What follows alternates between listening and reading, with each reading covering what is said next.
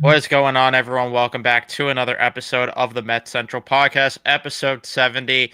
And we are going to, honestly, I shouldn't even say we're going to recap the series that just happened against the Pirates. It's more just we are going to vent, rant, and everything. I did not even make the graphics to run down the series. I didn't do any of the preview graphics because I figured we're just going to leave this to be an open rant session, vent session, because to get outscored that much by one of the worst offenses in baseball,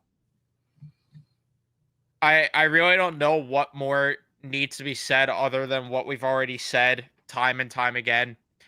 Uh, that changes have to be made. This team is in a spot where it does warrant hitting the panic button.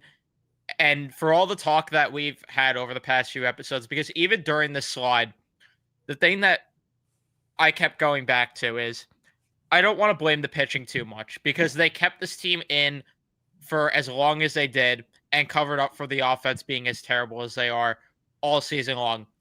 All that went out the window this weekend. The pitching does not get a pass anymore. When you're allowing that many runs to the Pittsburgh Pirates, out the window with it. Absolutely out the window. This team is in a spot where I don't know how they dig themselves out of it anymore. I really don't. They don't hit with runners at scoring position still. The pitching has regressed terribly. They do not get length from any of their starting pitchers. I don't know what more needs to be said or done. And meanwhile, you have Eric Chavez, by the way, acting like a teenage girl online because people are tweeting about how he should get fired. And here he is posting on his Instagram about, about people saying he should be fired and everything.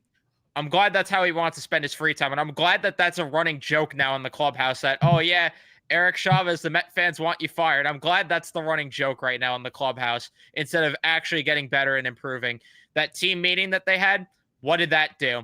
You have a team meeting and you get the doors blown off of you 12-1 the next day. 12-1 by, again, the Pirates of all teams. The bottom of the Pirates order hit nearly 500 this entire series, by the way. I don't know what more needs to be said, seen, or done, but you have Eric Chavez doing that, making burner accounts on Twitter, apparently saying certain things as well. It's just ridiculous. And if the clubhouse really thinks it's this funny with the thing that's going on with Chavez and how fans are saying they want him fired, then you know what? Maybe forget about Chavez for a second, what we've said about his ability as a hitting coach. Maybe the Mets should consider firing him to make the clubhouse feel sorry that they got him fired. Maybe that would be a solution too, because maybe they'll actually feel guilty and it will light a fire under them to say, you know what? We played so poorly that we got a guy that we like fired. Maybe that's what you need to do. I'm just so sick of this. We're having the same conversations every episode. And again, it's not getting better. It just is not. You play a red hot Brewers team coming up. You play the Yankees coming up.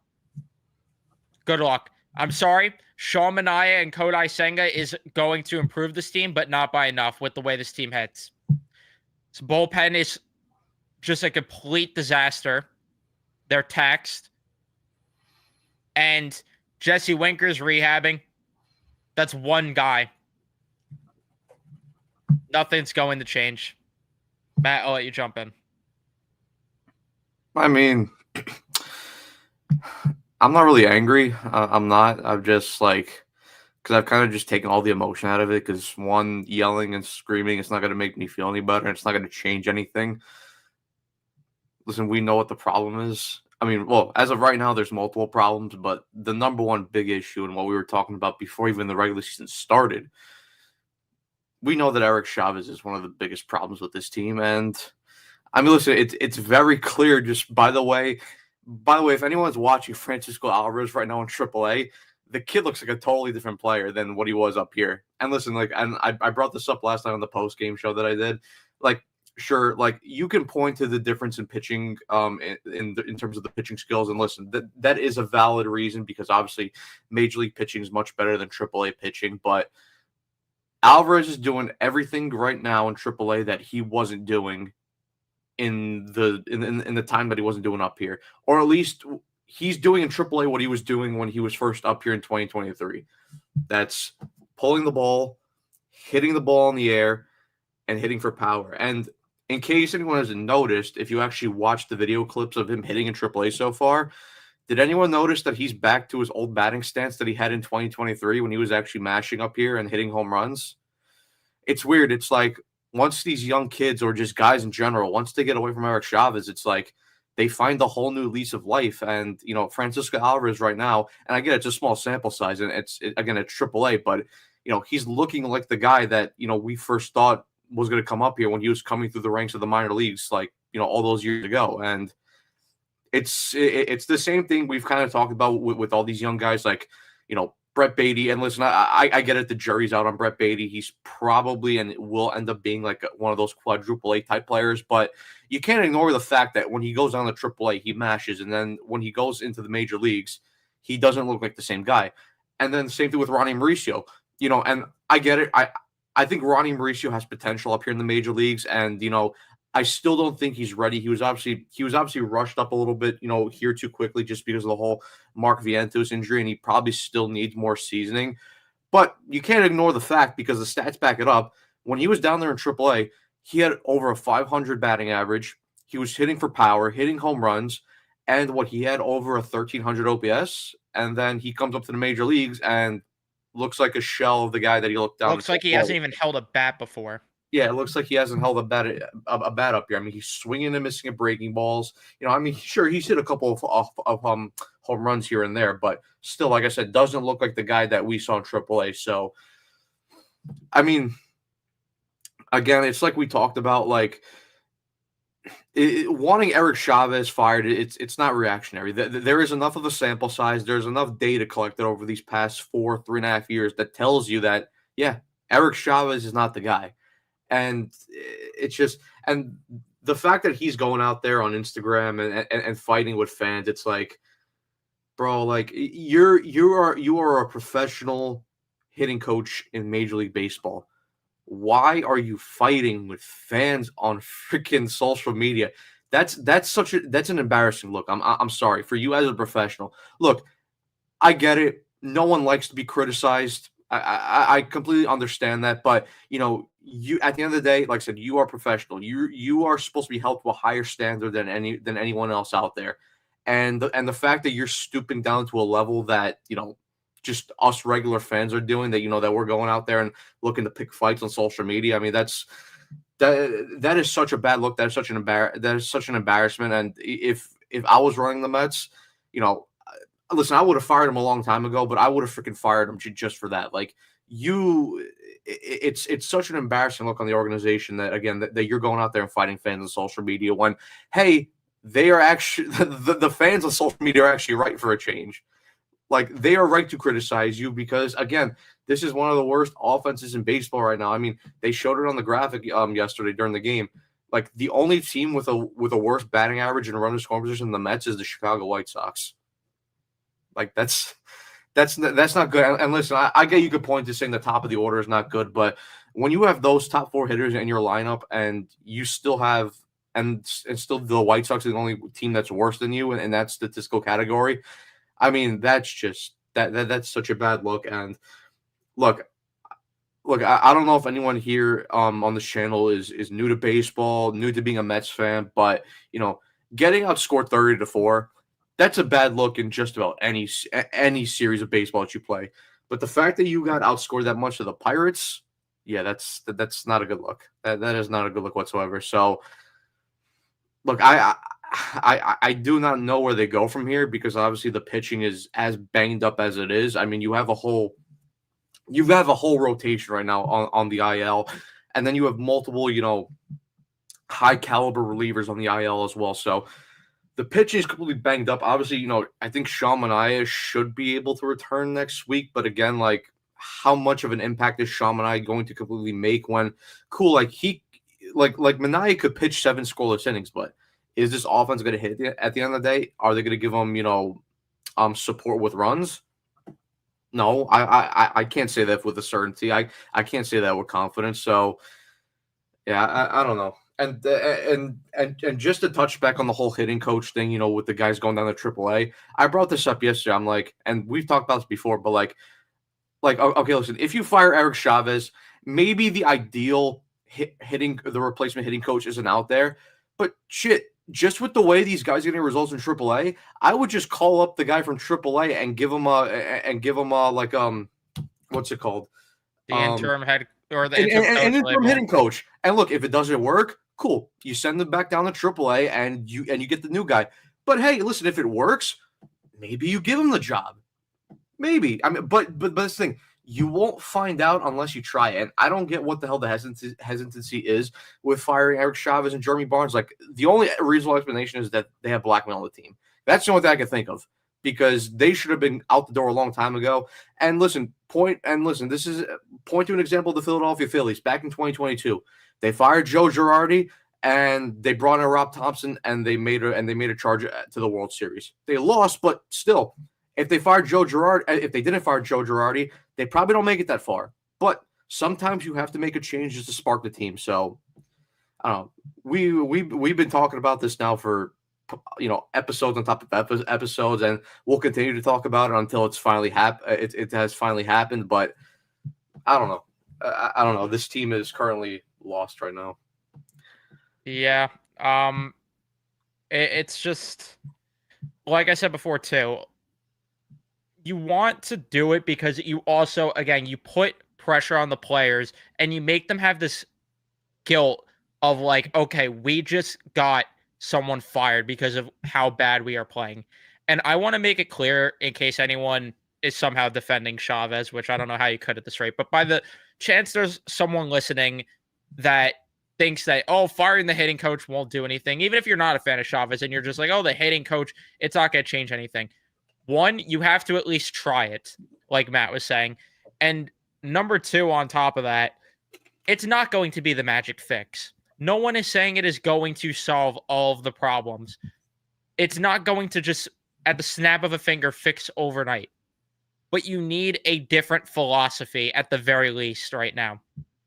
Because, like Brian is saying, same issues as last year. This is why they lost in the playoffs. Like Jake is saying, the rotation being on the IL is one thing, but when the offense isn't hitting, does not matter who's coming back.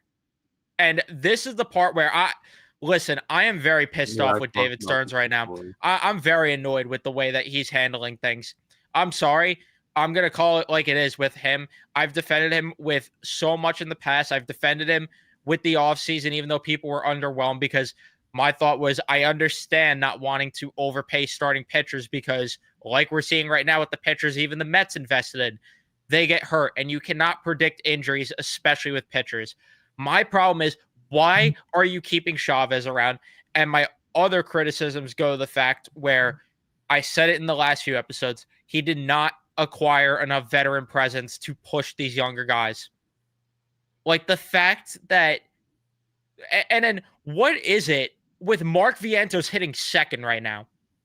Like, what the fuck is that about? What has he done to warrant hitting second? There's just not enough depth at all to push the younger guys to be better. And because of that, these younger guys have even more pressure on them to succeed. They're not fulfilling it. I don't know where you could even go anymore. I really just don't. But I'm very aggravated with Stearns right now, to be honest with you, because I don't understand how he's looking at this and not deciding at the very least to make a change at the hitting coach spot. And the offseason, we could go back and, we could debate on that one. To me, I want to wait a little bit more of the season to go back to the offseason, debate it, even though right now I'm very pissed off looking back on it. But it's just, I don't understand what more he needs to say. I really don't. And sure, yeah, I do love the Soto signing. He was having a great month.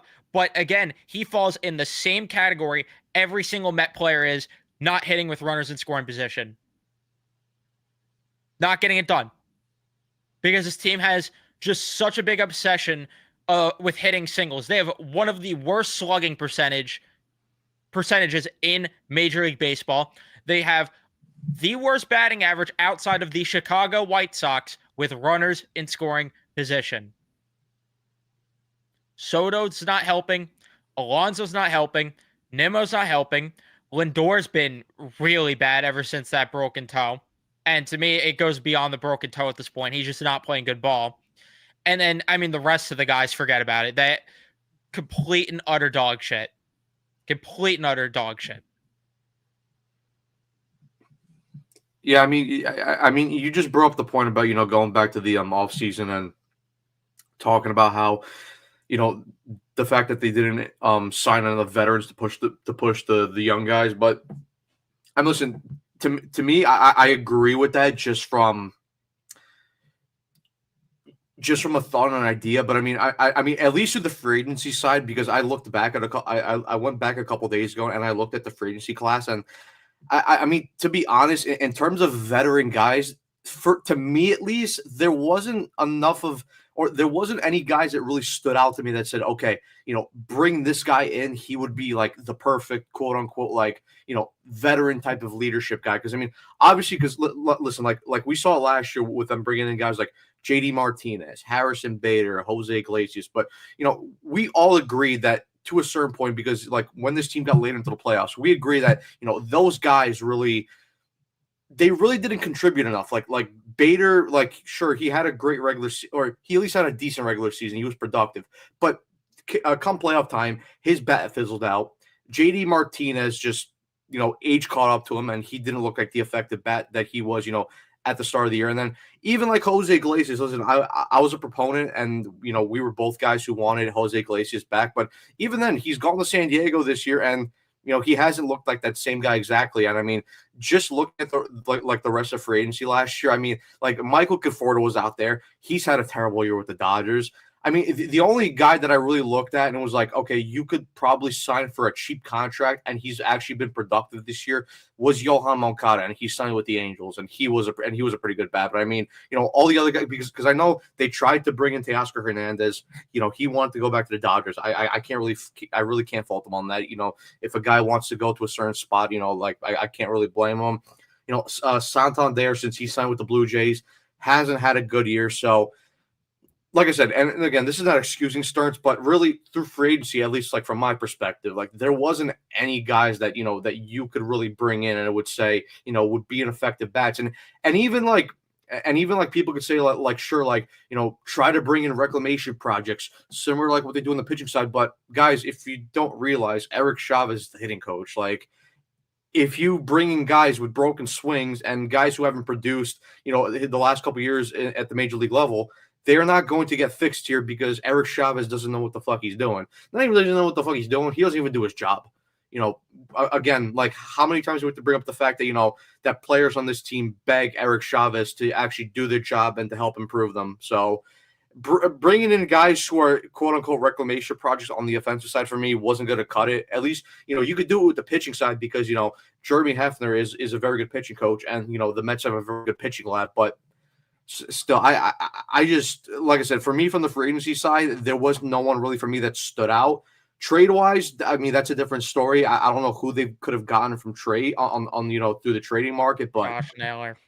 Yeah, I mean, he was one of them. He was one of them, but yeah, That's the problem. Is where was the pivot options? Like I get it was out of his control with Teoscar and some of these other guys. Where was the backup plan? And for me, it's more two things. One, you brought up the point of Chavez being here. My counter argument to that is, why are you keeping him employed then? Why is he still here? That falls on David Stearns. And then the other point is that it's more just the principle of you need to bring in these veterans to push the younger players. It is just that simple. And I know, like you brought up, that Bader tampered off as the year went on. JD Martinez, same deal with him. Iglesias was just a one-year wonder, but you need to have those type of guys, not only for the clubhouse, but to push these guys.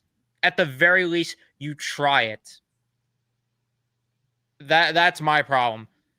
I'm just not thrilled right now with the way this roster, just looking at the way this roster is constructed and going forward. Again, I don't know how you fix it. And there was a report that Martino said apparently on a podcast today that they're going to get aggressive at the deadline. Cool. How are you filling in as many needs as you have? Because this team needs a starting pitcher, at least one starting pitcher. I would argue two, because Paul Blackburn could not be here and Frankie Montas just blows chunks every time that he's out on the mound. You need at least two relievers, and that's at least. You need a DH. You need some sort of infielder. You need a center fielder, and I would say you need a catcher right now too. Good luck. Good luck. I don't know how you do all that at the deadline this year. If you fill half those needs, will it change things? Sure, but you still have so many holes on the roster, even if you address just half of those issues. Good luck.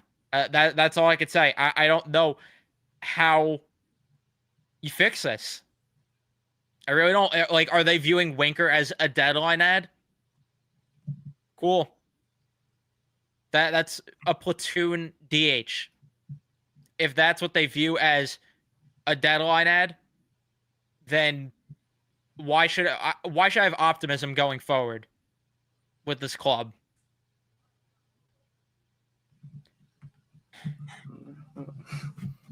I don't even know what the. I don't know. I'm kind of just lost as of right now because I don't even know what the hell to talk about on this podcast really, because I mean there's nothing to break down about these games. I mean, other than if you want to talk about the same stuff where the pitching just wasn't good and then this team just doesn't have the runner scoring position. I mean, I don't know.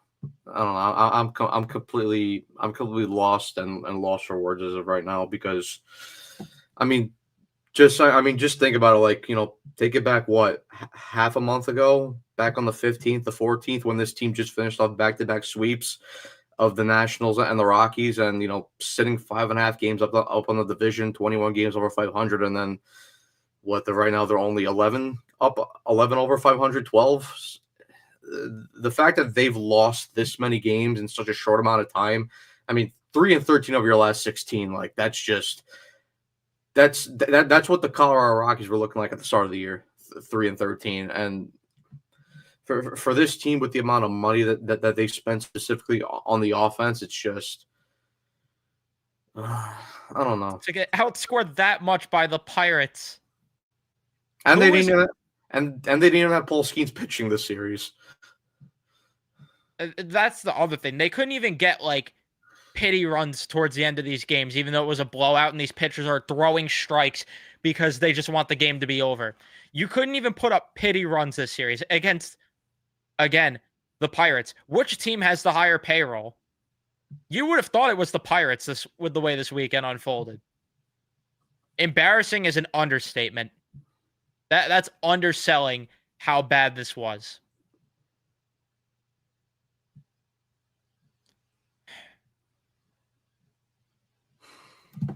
Yeah, I don't know.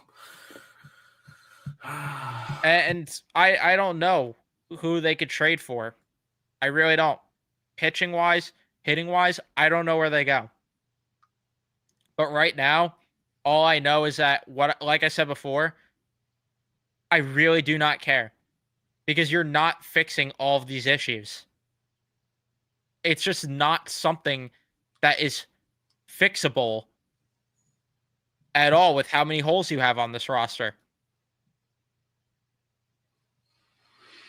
The only glimmer of positivity I could maybe give you is that the bullpen maybe will be improved once they get Raley back and once you have Manaea, which I don't know how much you're going to get from him in his starts at first, and then Senga come back.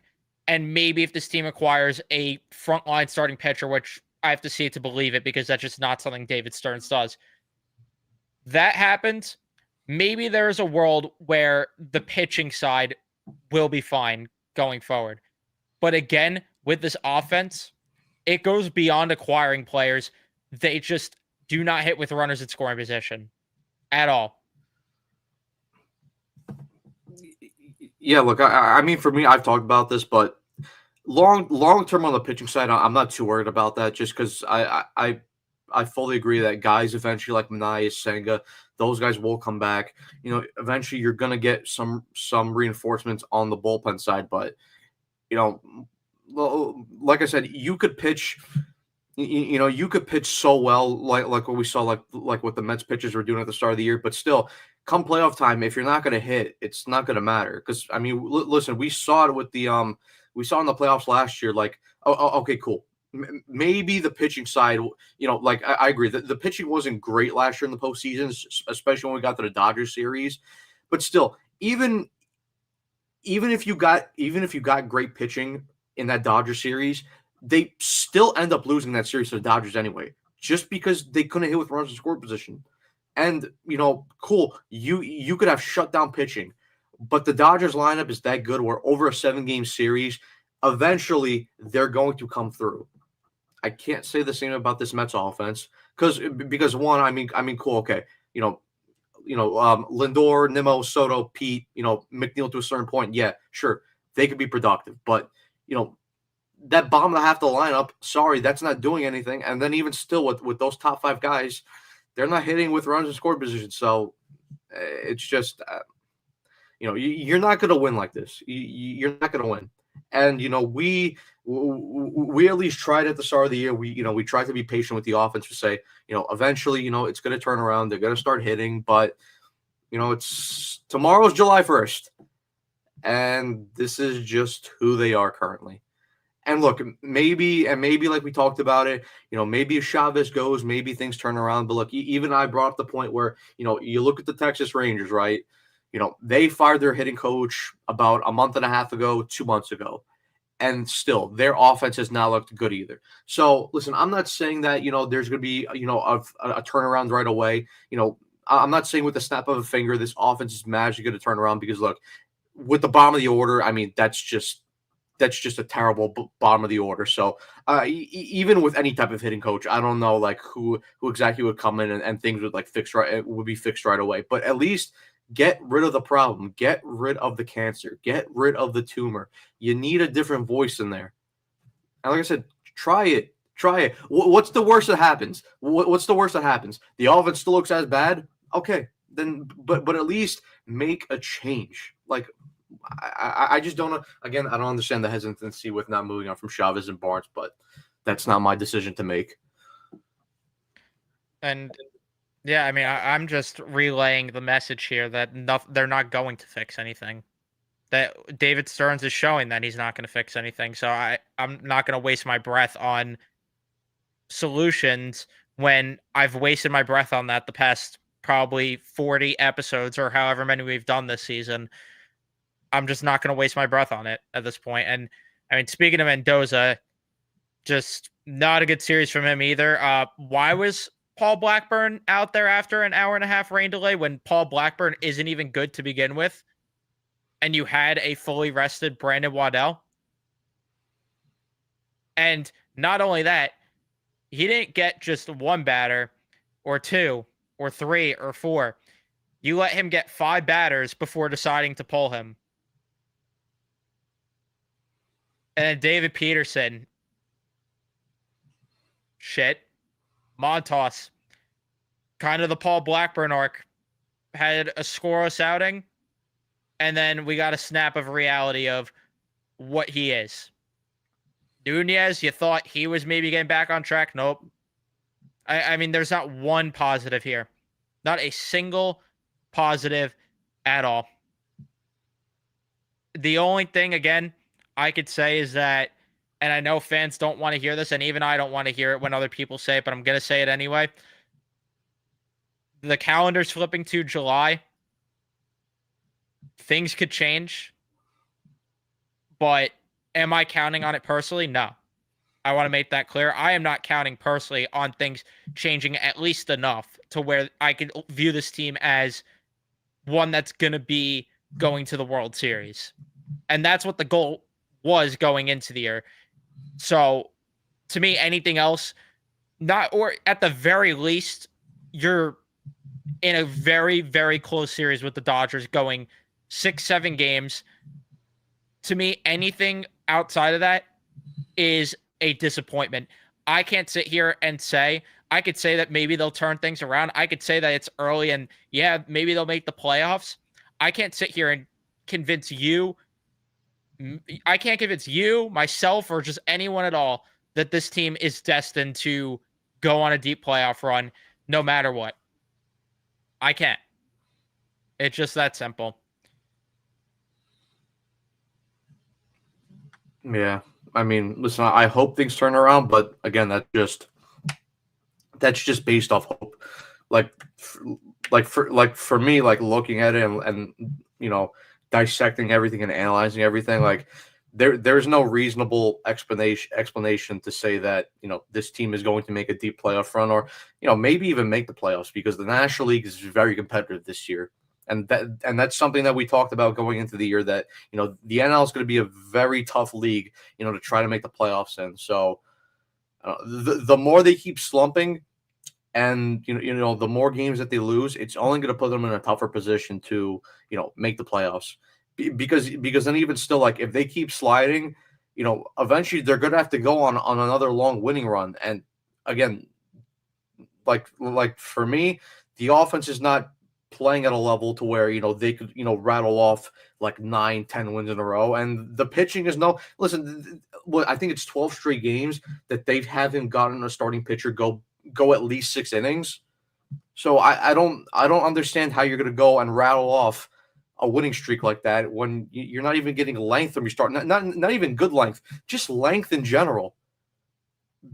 Because if you're having your starters go, consistently 4 or 5 innings every start, your bullpen's going to get taxed. And even then, this bullpen isn't even good right now. So, I mean, they're throwing out guys like friggin' Richard Lovelady out there who got destroyed yesterday. I don't know. I don't know. Like if the quote is true from Martino that they want to be aggressive at the deadline, that's cool. But you have to somehow survive over this next month to even get to the trade deadline. So good luck with that. Good luck. I can sit here and hope that they will survive, but just like I said, from looking at all the evidence, I can't sit here with confidence and say that that's going to happen. Like there is a very good chance that I don't even want to say it, but I mean, if this continues the way it is, they might be even under 500 when the trade deadline rolls around, and that's just that's not a good look at all. Or maybe not under 500, but they'll be somewhere around 500. And considering that 2 to 3 weeks ago there were 21 games over 500, I mean that's a bad collapse. To me, it's not even insane to say they'll be under. I mean, realistically, do you see them winning the series against the Brewers? No, unless they get lucky. The Yankees? Probably. I mean, they've been struggling too, but I don't know. Considering Paul Blackburn and Frankie Montas are 2 of the pitchers, do you really think that they're beating the Yankees in a 3-game series? I mean, they just got outscored 30-4 to the Pirates. So really, can I look at any series and say that they're a lock to win, or at least this was the point that I was about to get to? Yeah, I mean, the Orioles are playing better ball as of lately. The Royals are a competitive team. The Giants and Padres at the end of the month, like your easier games that you can't even say are easier because again they just got swept by the Pirates and in embarrassing fashion are the Reds and the Angels. All you could do is pray for a miracle that the All-Star break rejuvenates this team. That's it. That's your glimmer of hope here. I wish the All-Star break was sooner because this team, I need it from watching it, and this team needs it. Good thing today. There's no game today. Good thing it's a day off. I'm very thankful for that because I am not excited for this series coming up. which, I don't know if you have anything left to say at all, because I am down to just preview the series coming up and then end this episode because what is there even to say anymore? We're going in circles. No, but they're facing Jacob Mizorowski on Tuesday, so that should be a fun watch. Yeah, Clay Holmes versus Freddie Peralta. Freddie Peralta usually torches the Mets. You already said the pitching matchup for Wednesday, although Blade Tidwell, I should say, is going that game. That will be very fun. And then it's Jose Quintana versus David Peterson. Quintana's probably throwing a complete game shutout. I'm going to say that the Brewers sweep. I don't know. Maybe they get lucky. Hopefully, they maybe win a game, but they're losing this series regardless. Whether they get swept or they lose 2 out of 3, I don't know, but they'll lose the series. That's all I'll say. Yep, but prove us wrong somehow. Prove us wrong. Thank you everyone for tuning in and watching the shortest episode probably in the history of this podcast. There's really nothing left to say. And all I know is that I'm sure that the next episode is going to go the same way at this rate. But prove us wrong, I guess. Leave a like if you enjoyed, subscribe. We'll see you guys in the next one.